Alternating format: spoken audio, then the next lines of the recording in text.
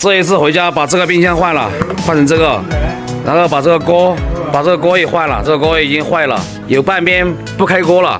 这几天你在家老实说花了多少钱？啊？这么多？告诉大家，换这个冰箱的主要原因是什么？可以吃菜又可以吃肉。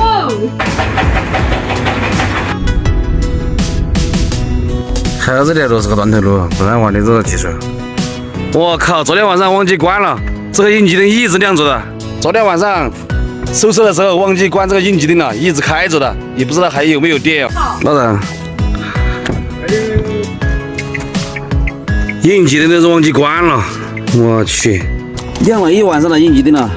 咦，这个电瓶还可以，还有23.6，不错不错。表妹在家又给我的车里面添了好多厨具，看下这个超大冰箱，还有这个超大的平顶锅。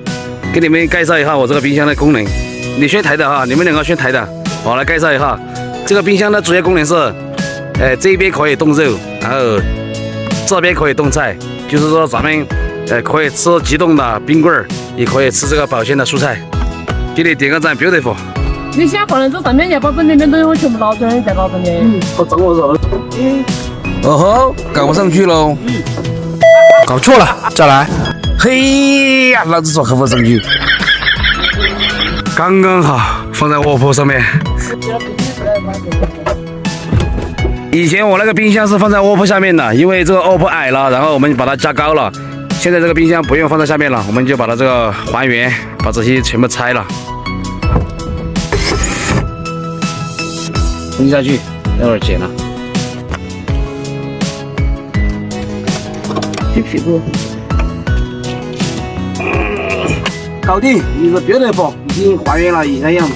这个卧铺以前搞高了，然后这里坐了我的老婆的，这一盘跟我的老婆一样高。把这些垃圾全部捡了。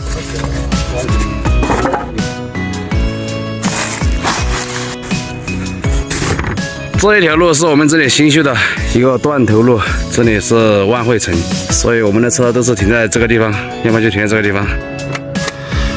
收工，回家。